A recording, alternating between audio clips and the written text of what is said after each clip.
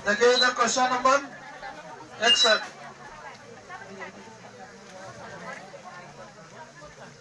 Question number 61 देखिए, मडगांव से नलकोल के बीच की दूरी जो दिया हुआ है आपका, कितना दिया है? 61। देखिए आपका दूरी दिया हुआ है 1134 और समय भी दिया हुआ है 21 घंटा। ठीक है, तो औसत चल पूछ रहे जी, औसत 4। ठीक है, तो 1134 भगा 21। ठीक है, अब मीटर प्रति सेकंड में कर रहे हैं ना, मीटर प्रति सेकंड, तो गुणा कर दीजिए कितना से? 5/18 से आ जाएगा 15। इसका आंसर कटा लीजिए, मीटर प्रति सेकंड।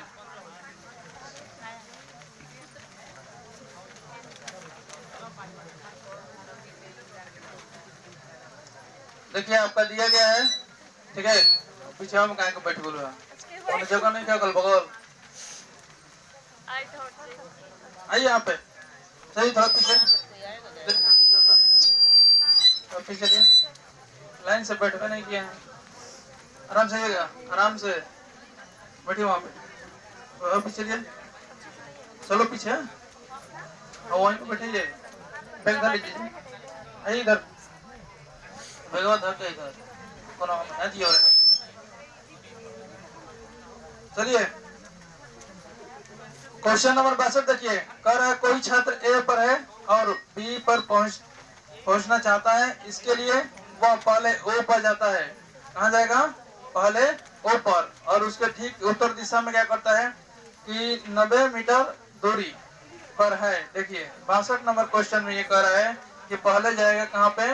ओ पर, और इसके ठीक दूरी कह रहे हैं किधर? उत्तर दिशा। तो उत्तर दिशा इधर नहीं होता है,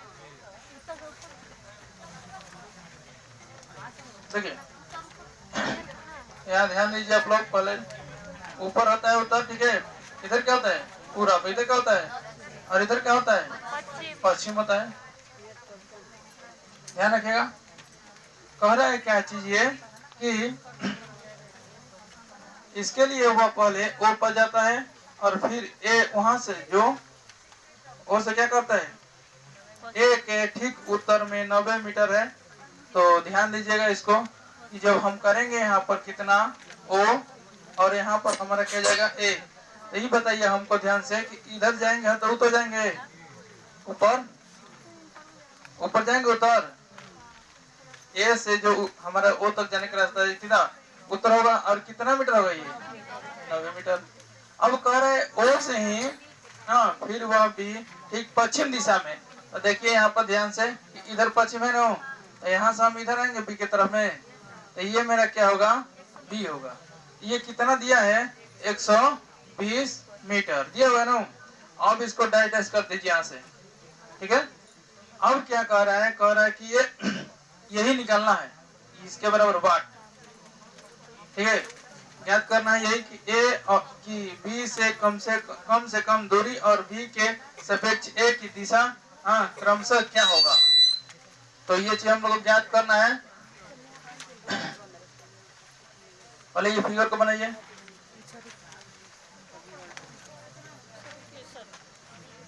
इकसठ नंबर हो गया ना?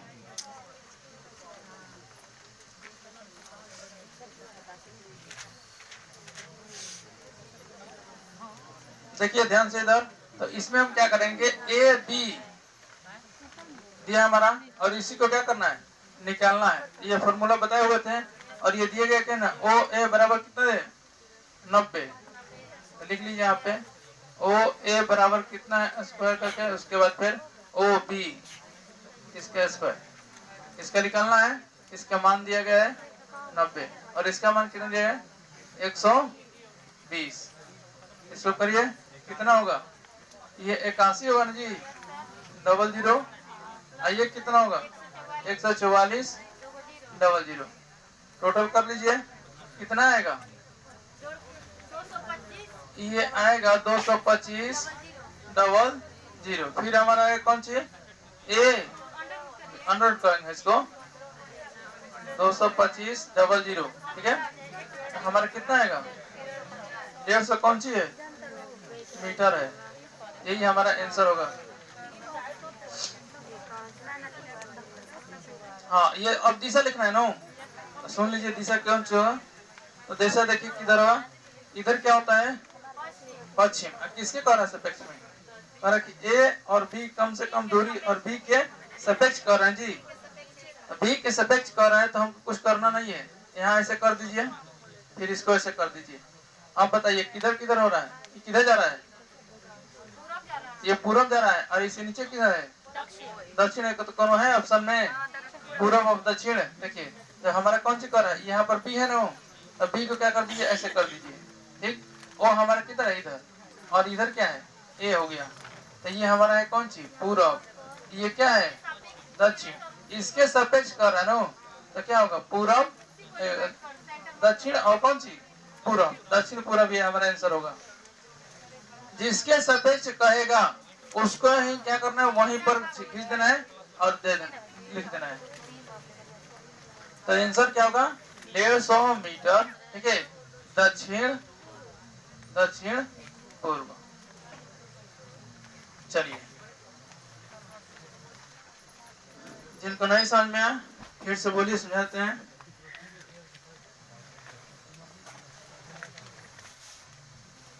हाँ, नहीं समझे, फिर से आइए, ध्यान दीजिएगा इसको।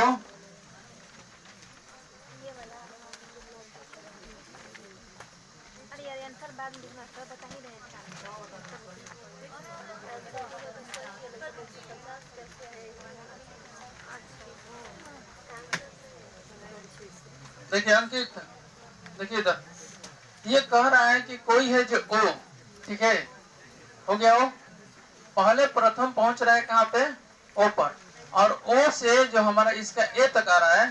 ठीक है, तो अब कह रहा है कि ए से ओ किधर है, ए से ओ जो है उत्तर दिशा में। पहले ध्यान से देखिए, इधर इधर क्या दिए, इधर क्या हुआ उत्तर, इधर क्या हुआ पूरब, इधर क्या हुआ पश्चिम, इधर क्या हुआ दक्षिण। रुकिए, ए जो हमारा है यहाँ पर है। ठीक है, और यहाँ से किधर कह रहा है कि उत्तर में कौन सी भैया ओ है, तो इधर से हुआ हाँ किधर है। अब कह रहा है कि इसके अब क्या है ये, तो ये कहाँ है, फिर कह रहा है कौन सी ओ से बी पर जो है ठीक पश्चिम। तो जब इससे पश्चिम इधर आएगा ना, यहाँ से इधर करेंगे तो क्या होगा, ये पश्चिम होगा। अब ये कह रहा है इसको डैश कर दिया है। ठीक है, और इसी के बराबर क्या लिखना है वाट एक समान। इसका दूरी हमारा जो है था कितना 150, ये तो फिक्स है ना। अब कह रहा है क्वेश्चन क्या कि बी के सापेक्ष, तो बी के सापेक्ष कह रहा है तो कुछ करना नहीं है, यहीं पर हमारा क्या कर दीजिए डॉट कर दीजिए, इसको लाइनिंग खींच दीजिए, खींच दिए। अब बताइए ऊपर में क्या होता है उत्तर होता है, और नीचे क्या होता है दक्षिण होता है, इधर क्या होता है पूरब होता है, और इधर क्या होता है पश्चिम होता है। ये बताइए तो नीचे जब हम आएंगे तो दक्षिण हमारा होगा, बोलिए। जब इधर आएंगे तो क्या होगा पूरब, तो ओ पे इधर आ रहा है, इधर का रहा है ए पर, तो क्या होगा दक्षिण और पूरब। हाँ समझ में। चलिए आगे क्वेश्चन बढ़िए, कह रहा है 63 नंबर क्वेश्चन क्या कह रहा है, इसको ध्यान दीजिए कि निम्न में से कौन से अस्लात के लिए सही कथन है चुनिए। अस्लात का सही कथन चुनना है, इसको ध्यान दिया जाए। जगह नहीं मिला जाओ ना, वहां से जाइए, देखिए आराम से, यहाँ से रास्ता ब्लॉक बनाइए तो पहले इधर से बनवा दीजिए, इधर से रास्ता बनाइए तो यहाँ से जाने के लिए रास्ता तो बनाइए, इधर से सीधा से बैठे है, सीधा बैठे तो सीधा बैठे, सीधा बैठे बीच में बना हुआ था, बीच से सब बैठ गया था।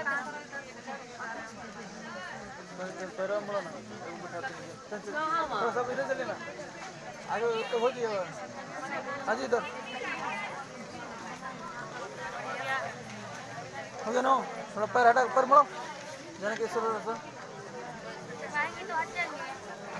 चलिए इधर ध्यान दीजिए। अगला क्वेश्चन कर रहा है 63 नंबर की असलात के बारे में सही कथन चुनना है। ध्यान दीजिए इसमें।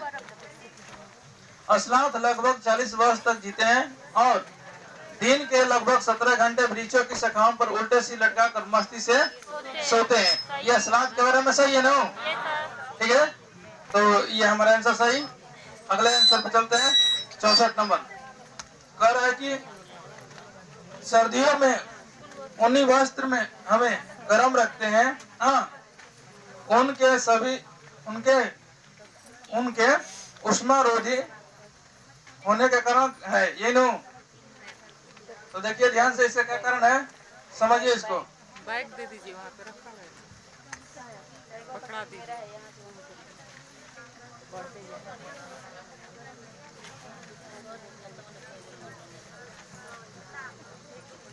हेलो, जगह चलिए इधर देखिए। पहला ऑप्शन है कि ऊनी रेशे आपस में कसकर जोड़े हुए हैं और ठंडी हवा को गुजरने नहीं देते हैं। इसके बारे में कह रहा है ऊनी रेशे, बी नंबर का ऑप्शन, ऊनी रेशे के लिए बीच वायु फांसी टैप होती है एवं वायु उष्मारोधी होती है। ऑप्शन नंबर बी ही आपका सही है।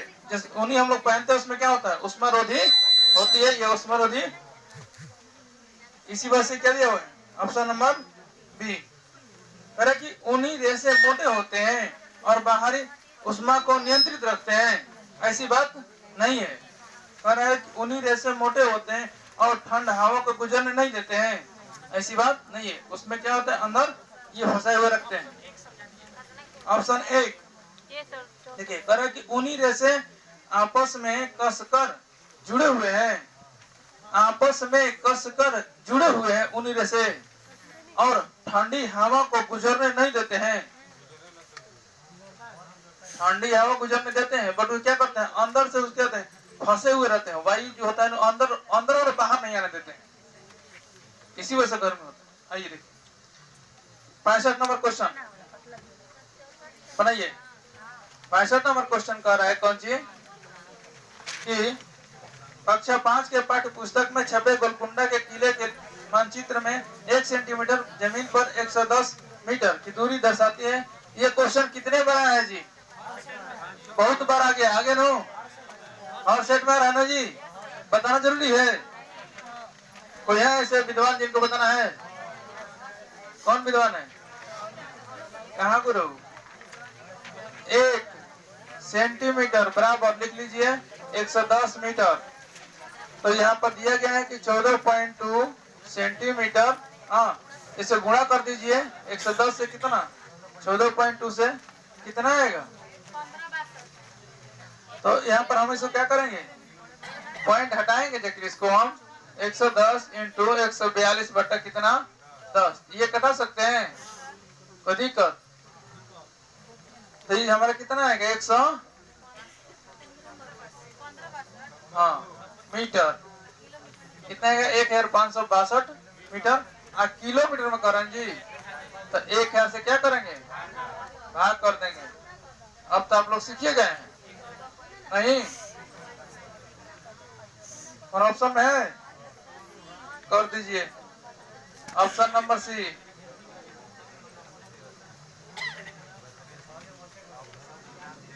छाप लीजिए इसको।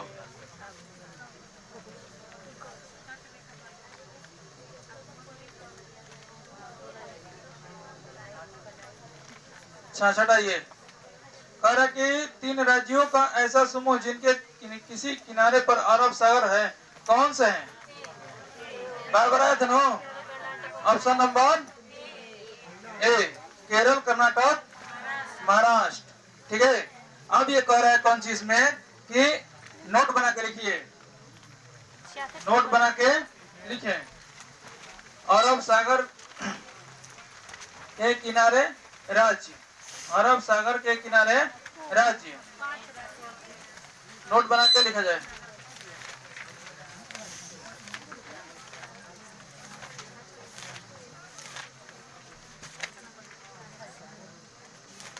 अरब सागर ठीक है। पहला हमारा होगा केरल, दूसरा हमारा होगा कर्नाटक, तीसरा हमारा होगा महाराष्ट्र, चौथा हमारा होगा गोवा और पांचवा हमारा होगा तमिलनाडु। इसके बाद दूसरा नोट लिखिएगा, तमिलनाडु होगा। अरब सागर, अरब सागर के समीप केरल है तो तमिलनाडु कहाँ? दो केंद्र शासित प्रदेश, पहला लक्षद्वीप, दूसरा दादर और तमिलनाडु होगा। तमिलनाडु ना होगा। नगर केरल कर्नाटक हवेली, ठीक है। और दमनदीप, इसी को उतार लीजिए, इम्पोर्टेंट है ये। तमिलनाडु नहीं होगा सर। तमिलनाडु नहीं, गुजरात होगा। वो तो बंगाल की खाड़ी में पड़ता है ना। देख लीजिए मैं और अब तमिलनाडु भैया बाद में देखा जाएगा। आपको लिखना है लिखिए, नहीं लिखना है तो हटा दीजिए।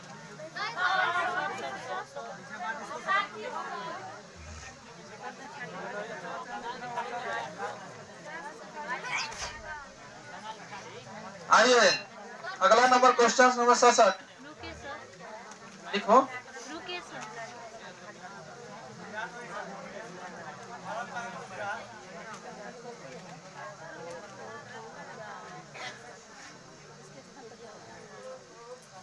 सड़सठ नंबर क्वेश्चन कर रहा है कि एक ऐसा नाच जिसमें जमीन पर बांस की डंडी लेकर दो लोग की जोड़ी आमने सामने बैठती है, ढोल की ताल पर डंडियों को जमीन पर पीटते हैं तथा ताल के अनुसार डंडियों के बीच लोग एक कतार में खड़े होकर कूदते हैं और नाचते हैं। इस नाच का नाम तथा उस राज्य का नाम जहाँ के लोग इसे नाचते हैं क्रमशः क्या है?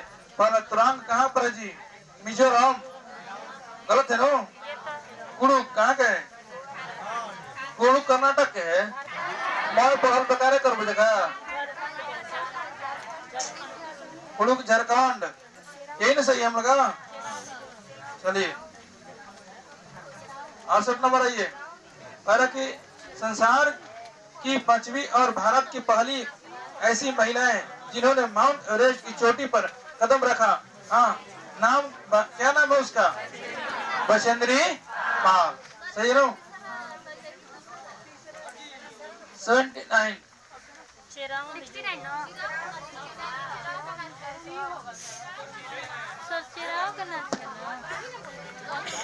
भाषा हो गया ना। क्या कर रहा है सादरा जी? आलामत कीजिए बोले। हाँ क्या मिलेगा ऐसा सेट आपको? हाँ नहीं होगा सही हो। आपका टेंशन है आपको, मौज बताइएगा तो। आइए 69 प्रसिद्ध भारतीय त्योहार जैसे होली और दीपावली के विषय में नीचे दिए गए कथन में से कौन से कथन है सही, उसको चुना जाए। कह रहे हैं क्या कि दीपावली अमावस्या को तथा होली पूर्णिमा को मनाया जाता है। ऑप्शन नंबर डी सही है ना? ठीक। आइए सब तक रेगिस्तानी युग के बारे में बहुत बढ़िया से बहाल बा है कि नहीं? किसी का गलती नहीं होना चाहिए। कह रहे कि यह वृक्ष लगभग किसी सामान्य कक्षा के कमरे की दीवार की ऊंचाई तक बढ़ती है, सही है? आइए यह वृक्ष अबू धाबी में पाई जाता है, ऑस्ट्रेलिया में। बहुत बढ़िया, गलत है। इस वृक्ष के तने में जल एकत्रित होता है। अब कह रहे हैं कि स्थानीय लोग जब आवश्यकता होते हैं तो पाइप डाल के जल निकाल लेते पड़ते हैं। आइए कह रहे हैं कि इस वृक्ष की जड़ वृक्ष की ऊंचाई की लगभग 30 गुनी गहराई तक नीचे जमीन में भीतर जाता है। जब तक जल न पहुंचे वहां तक, यानी कि जब तक जल नहीं मिलेगा तब तक ये अंदर जाता है। ये सही है ना? करेक्ट। इस वृक्ष की बहुत सी शाखाएं होती है जिन पर घने पत्ते लगे होते हैं? नहीं। Option number A, C, D कौन ऑप्शन में है तो मिला लीजिए। है नो? ठीक है, आइए। हाँ, 71 नंबर। हमारे देश में ऐसे गांव हैं जहां के ग्रामवासी अत्यधिक वर्षा होने के कारण अपने घरों में को क्या करते हैं, बांस के खंभों पर जमीन से 10 से 12 फुट यानी कि 3 से 3.5 मीटर ऊंचाई पर बनाते हैं। इन घरों को अंदर से लकड़ी का बना हुआ कहाँ पर है ये? असम है जी। सही है, सबका सही होना चाहिए। आइए 72 नंबर क्वेश्चन क्या करा है? टेपियोका केरल में नीचे दिए गए हैं। हमारे देश के किस राज्य केंद्र शासित प्रदेश के अधिकांश सामान्य लोग नारियल डली हुई किसी भी करी के साथ उबला हुआ टेपियोका खाना अच्छा लगता है? ये हम आपको अच्छे तरह से लिखवाए हुए हैं नोट में। कहाँ पर है? केरल। करा कि बिहार राज्य के लोगों के लिए मधुमक्खी पालन की प्रक्रिया शुरू करने का सर्वोत्तम समय कौन सा है? अक्टूबर से दिसंबर। सबका सही होना चाहिए जी। कह रहा है कि मानव पोषण के संदर्भ के स्वांगीकरण का अर्थ, ध्यान से सुनिएगा, स्वांगीकरण का अर्थ क्या होता है? कि पचा हुआ भोजन का क्षुद्रांत की भीति में अवशोषित होना एवं रुधिर वाहिकाओं में प्रवेश करना। नहीं, गलत है। अवशेषित पदार्थ का शरीर के विभिन्न भागों में स्थानांतरित करना। गलत। पचा हुआ पदार्थ शरीर में जटिल पदार्थ को बनाने में उपयोग होना, ये सही है हमारा ऑप्शन नंबर सी। नहीं कि ऑप्शन नंबर डी कह रहा क्या? कि भोजन का वह भाग जिसका पाचन नहीं हो पाता है और अवशोषित नहीं होता है और वृद्धांत में भेज दिया जाता है। नहीं, गलत है। ऑप्शन नंबर हमारा सी सही होगा।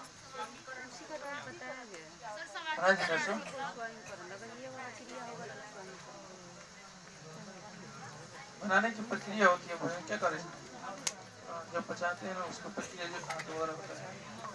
देखिए, उस खेत की मृदा के विषय में विचार कीजिए जिसमें कोई किसान रासायनिक उर्वरकों और कीटनाशियों का, इसका मतलब हानिकारक जो होता है कीटनाशियों का अधिकाधिक उपयोग करके अपने खेतों के बार बार धान की फसल क्या कर रहे हैं? उगा रहा है। आपके विचार से उसके इस व्यवहार से उन खेतों की मृदा पहला अन्य फसल के लिए अत्यधिक उपजाऊ होगी, केवल धान की फसल के लिए उपयुक्त होगा? नहीं। वर्षा में कई फसल, वर्ष में कई फसल मैंने साल में फसलों के लिए अत्यधिक उपयुक्त बने गए नहीं। कुछ फसल समय पश्चात वो क्या हो जाएगा? बंजर हो जाएगा। क्या है बंजर होगा? यहाँ पर दिया कीटनाशक और उर्वरक खाद जमा रहने उसी की वजह से, है कि नहीं? देखिए 76 नंबर कह रहा है कि पर्यावरण अध्ययन में गृह अधिन्यास का उद्देश्य क्या है? मैंने गृह देने का मतलब क्या है आपको बताए हुए थे। ये क्वेश्चन देखिए, पुनरावृत्ति एवं सुदृढ़ पुनरावृत्ति दोहराने के लिए नहीं, घर पर समय सदुपयोग करने के लिए नहीं, कर विद्यालय में सीखी संकल्पनाओं में दक्षता नहीं, करे सीखने का विस्तार अधिगम का विस्तार, ये सही होगी। बात बराबर है, ठीक है, इसीलिए हम गृह कर देते हैं। करे कि क्या शीला ने कक्षा 3 की विद्यार्थियों को पढ़ाने के लिए उप प्रकरण पशु लिया, निम्न में से कौन से प्रकरण उनके अधिगम के विस्तार के लिए लाभकारी होगा? ठीक है, कौन सा लाभकारी होगा इसके बारे में देखना है। पहला, करे किसी कविता से स्थानीय पशुओं के नाम का उच्चारण करना। खाली उच्चारण कर देंगे तो समझ जाएगा नहीं। करे कि प्राणी, बोलिए,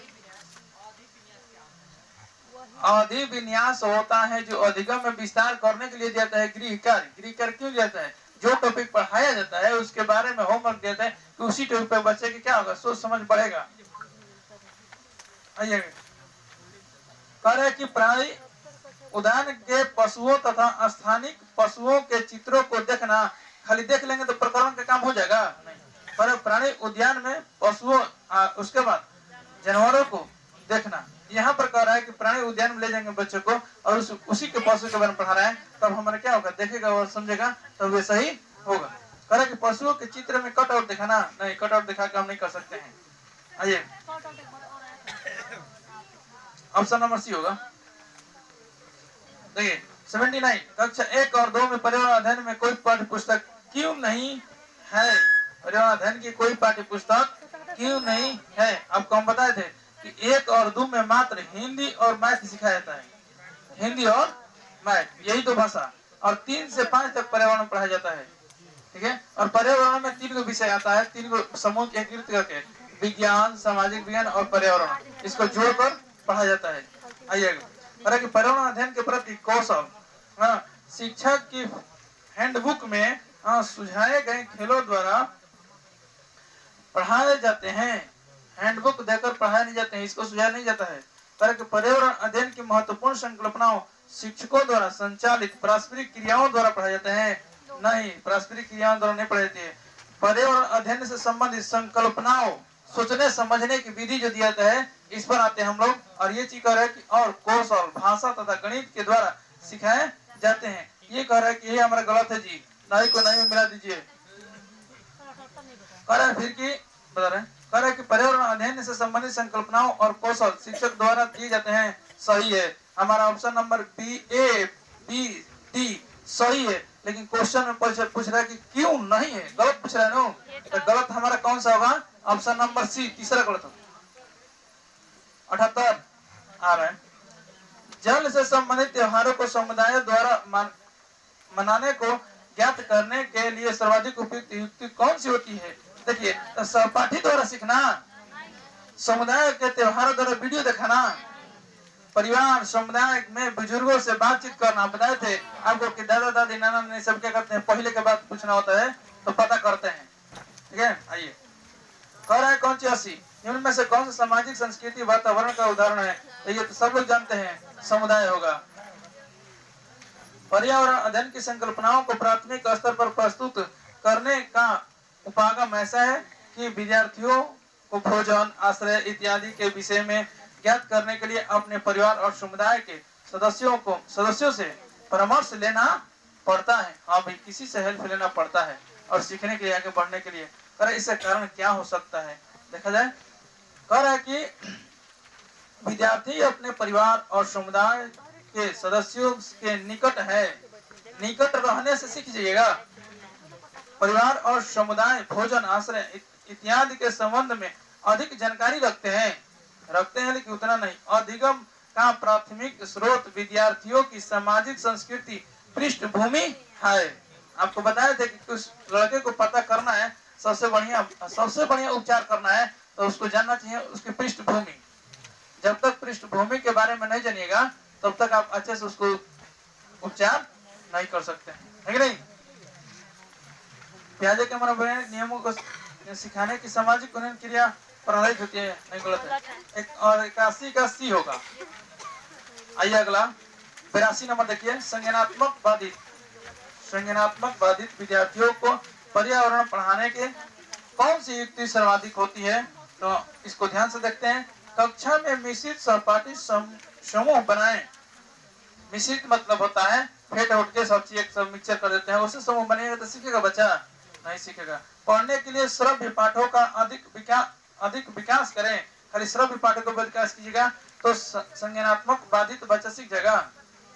कार्यों को, हाँ ये सही है, कार्यों को भागों में बांटे और पृथक रूप से भागों को क्या करें? पूरा करें, अलग करके पूरा करें, तब जाके ये बच्चे सीखते हैं। करें कि स्पर्शी शिक्षण अधिगम सामग्री का अधिक उपयोग करें। नहीं, अधिक उपयोग करने से नहीं होता है। ऑप्शन नंबर में क्या होगा? सी होगा। 83 देखिए,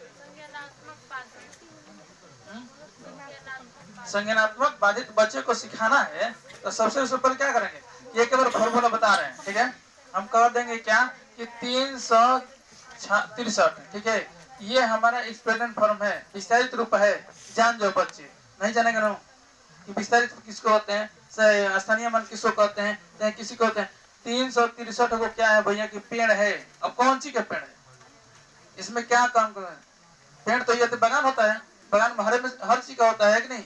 तो इसमें बताएंगे कि 300 क्या है? 300 आम के पेड़ है, हाँ 60 गो अमरूद के पेड़ है और 3 गो केला के पेड़ है। अलग अलग भाग में बांट रहे हैं जी। तो संज्ञानात्मक बाधित जो बच्चे होते हैं ऐसे बांट के सीखते हैं, न कि एक बार सीखते हैं, समझे।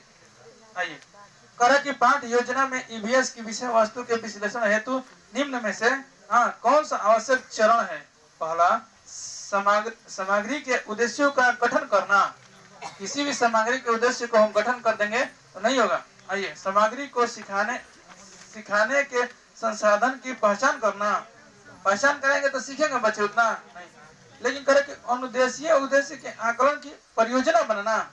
आकलन करते हैं लेकिन परियोजना बना के छोड़ देंगे तो बच्चे नहीं सीखेंगे। सर्वप्रथम क्या है, संकल्पना मानचित्र बनाना।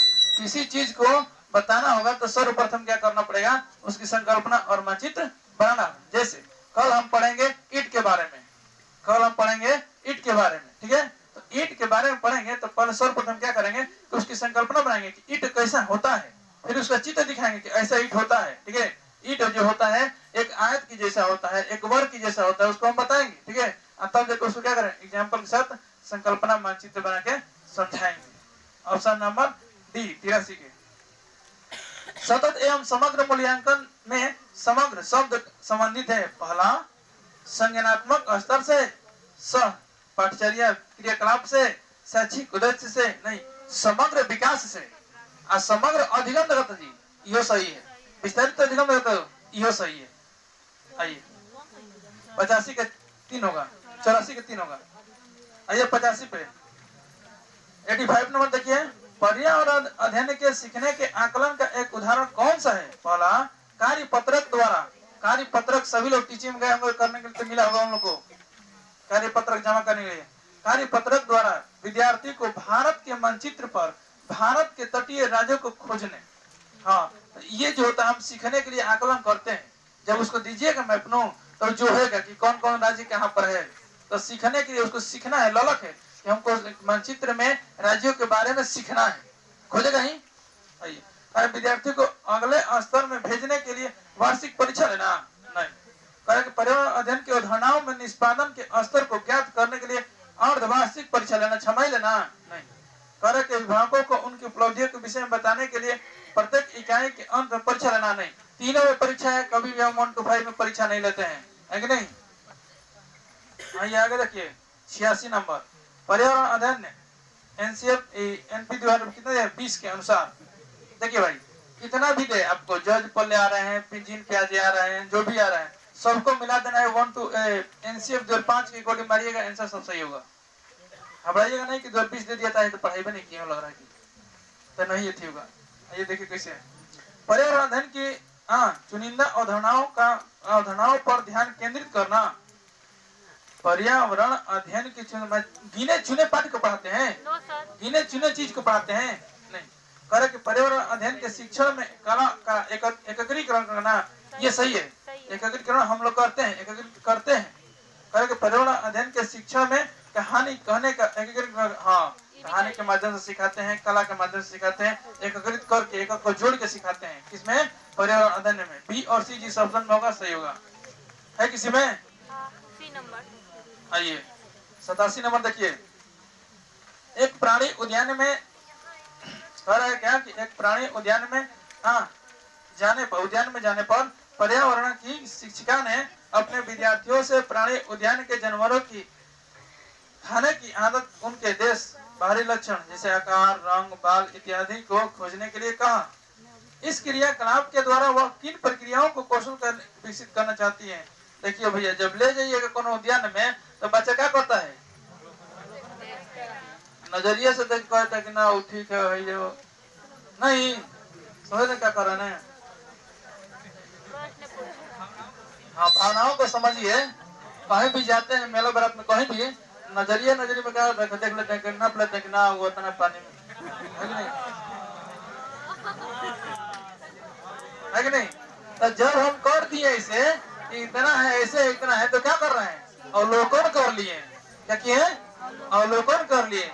पहला कौन ऑप्शन में अवलोकन दिखाई देता, कौन में, 2 में। देखिए ए बी सी डी, कौन कौन दिखाई दे रहा है, ए और सी में सर, ए और तब डी कटल, डी कटल नो, चलिए कट गया तो हमारा बच गया ए और सी। आइए देखिए, अब क्या करेंगे, हमको कि पढ़ाई प्रश्न नहीं पूछेंगे, हाँ नहीं लो, बच्चा पूछता है ना सर, प्रश्न नहीं पूछेंगे। देखिए रंग आकार कर जी, पहले ही किसी को प्रश्न नहीं पूछते हैं। अवलोकन करने के बाद क्या करते हैं, हाँ, कि प्रश्न करना, प्रश्न पूछना नहीं, प्रश्न करना, ठीक है, अलग नहीं है। प्रश्न करना अरे ये ना मुझे कि प्रश्न पूछना और प्रश्न करना अलग नहीं है, अलग है जी। ये सर मान लो कि कहीं यात्रा ट्रेन